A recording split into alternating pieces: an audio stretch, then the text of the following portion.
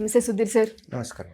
ఎవరైతే కాంపిటేటివ్ ఎగ్జామ్స్లో ఉంటూ ఉంటారో స్టూడెంట్స్, ఏదో ఒక పాయింట్లో ఇంకా క్విట్ అయిపోదాం, నా వల్ల కావట్లేదు అన్న స్టేజ్ ఒకటి వస్తూ ఉంటుంది. కొన్ని సందర్భాల్లో ఆ ప్రాసెస్లో ఇమ్మీడియట్ డెసిషన్స్ తీసుకొని వెళ్ళిపోయిన వాళ్ళే మనం చూస్తూ ఉంటుంటాం. వాళ్ళకి మీరు ఏం చెప్తారు సార్? అసలు ఈ ప్రిపరేషన్ ప్రాసెస్లోనండి ఫస్ట్ 1 to 2 ఇయర్స్లో ఈ డెసిషన్ తీసుకోవటం అనేది రాంగ్ స్టెప్.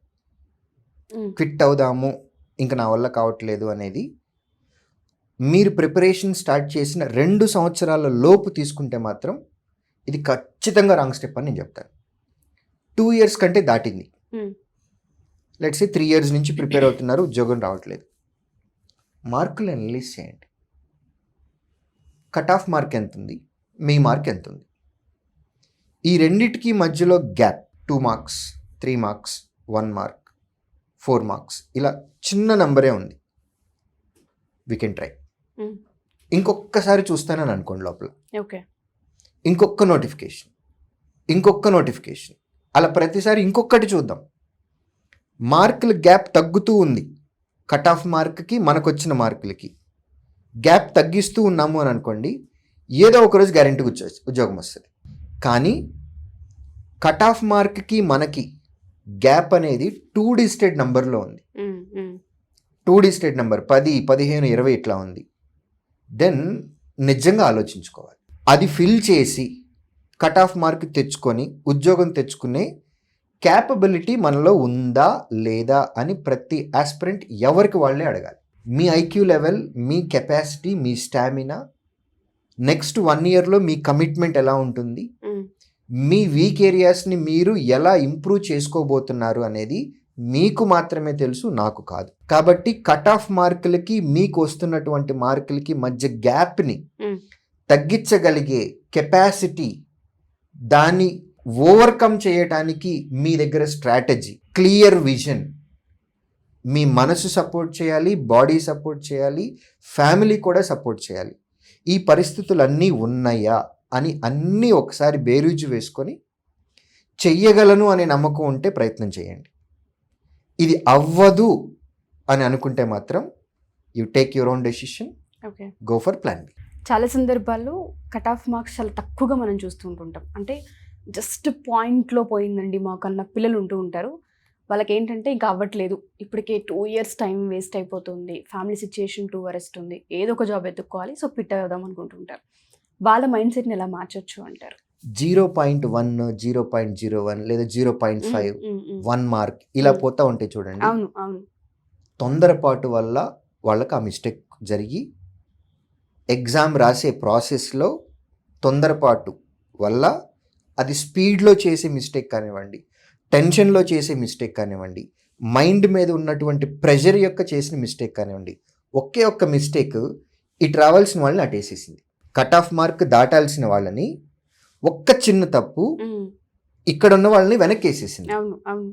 ఈ చిన్న మిస్టేక్ వల్ల నా వల్ల కాదు, నేను చేయలేను, నాకు రాదు, నేను ఆపేస్తాను అని అనుకుంటే ఇంతకు ముందు ఏ మిస్టేక్ చేశారు ఇప్పుడు కూడా అదే మిస్టేక్ చేస్తున్నారు. ఏ మిస్టేక్ వల్ల అయితే మీకు ఉద్యోగం రాకుండా వెయిటింగ్ లిస్ట్లో పడ్డారో, చిన్న తప్పు, అదే తప్పు, తొందరపాటుతనం, తొత్తరతనం వల్ల మళ్ళీ ఇదే తప్పు చేస్తున్నారు. మీలో ఏం మార్చుకోవాలి? 1 మార్క్, ఒక్క క్వశ్చన్ చాలు. 1 క్వశ్చన్, ఆ ఒక్కటేంటో ఐడెంటిఫై చేయడానికి ట్రై చేయండి. ఇంకొక్కసారి మిస్టేక్ చేయకుండా ఆ ఒక్క క్వశ్చన్ ఎక్స్ట్రా చేయడానికి ట్రై చేయండి. సో ఆ డెడికేషన్ అలా ఉండాలి. అండ్ వదిలేద్దాము అనుకున్నప్పుడు ఫస్ట్ ఆలోచించగలగాలి. చాలా క్లియర్గా అర్థమవుతుంది. మీరు చెప్పారు ఇందాక 10 మార్క్స్ 15 మార్క్స్ దూరంలో ఉన్నాము అంటే ఆలోచించుకోవాలి. ఇట్లా పాయింట్ దగ్గర మనం ఆగిపోతున్నామంటే డెఫినెట్గా మీరు చెప్పిన తొందరపాటు కావచ్చు, లేదంటే ఇయర్ ఎలా అయినా కొట్టాలి అన్న ప్రాసెస్లో చాలా మిస్టేక్స్ చేస్తూ ఉంటారు సార్, ప్రతి స్టూడెంట్ కూడా. ఎవరైతే స్టూడెంట్స్ మన ఈ వీడియోస్ రెగ్యులర్గా చూస్తూ ఉంటుంటారో, ఒకసారి సిసికి రావాలనుకుంటున్నాం, ఇక్కడ జాయిన్ అవ్వాలనుకుంటున్నాం అడుగుతుంటుంటారు, మన దగ్గర ఎలా ఉంటుంది అసలు కోర్సెస్? శ్రీధర్ సిసిలో banking, insurance, staff selection commission, railway exams and SI constable, వీటికి కోచింగ్ ఉంటుందండి. ఏపీ తెలంగాణలో we have 14 centres, offline centres ఉన్నాయి, ఆన్లైన్ కోచింగ్ కూడా ఉంది. Okay. Sridhar CC nearest offline సెంటర్కి విత్ పేరెంట్స్ వెళ్ళి డీటెయిల్స్ మొత్తం కనుక్కోవచ్చు.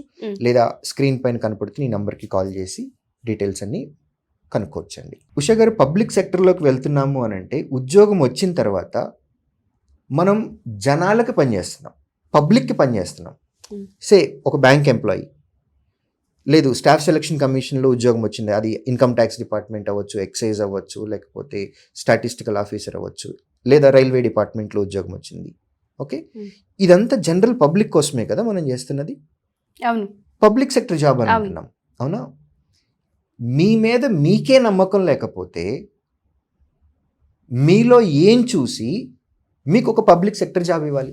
0.1 మార్కు, 0.5 మార్కు, 1 మార్కు, 2 మార్క్స్ వల్ల నాకు ఉద్యోగం రావట్లేదు, నేను గివప్ చేస్తాను, నేను వదిలేస్తాను, నా మీద నాకే నమ్మకం లేదు అని మీ అంతటి మీరే ఒప్పుకుంటుంటే మీలో ఏం చూసి మీకు పబ్లిక్ సెక్టర్ జాబ్ ఇవ్వాలి? ఇది ఎవరికి వాళ్ళు అనాలిసిస్ చేసుకోవాల్సిన క్వశ్చన్స్. Have self confidence. నేను చేయగలను, తప్పు చేశాను కాబట్టి నాకు ఉద్యోగం రాలేదు. ఆ తప్పేంటో ఐడెంటిఫై చేయండి, దాన్ని రెక్టిఫై చేయండి, ఇంకొకసారి ఆ తప్పు చేయకుండా ఉండండి.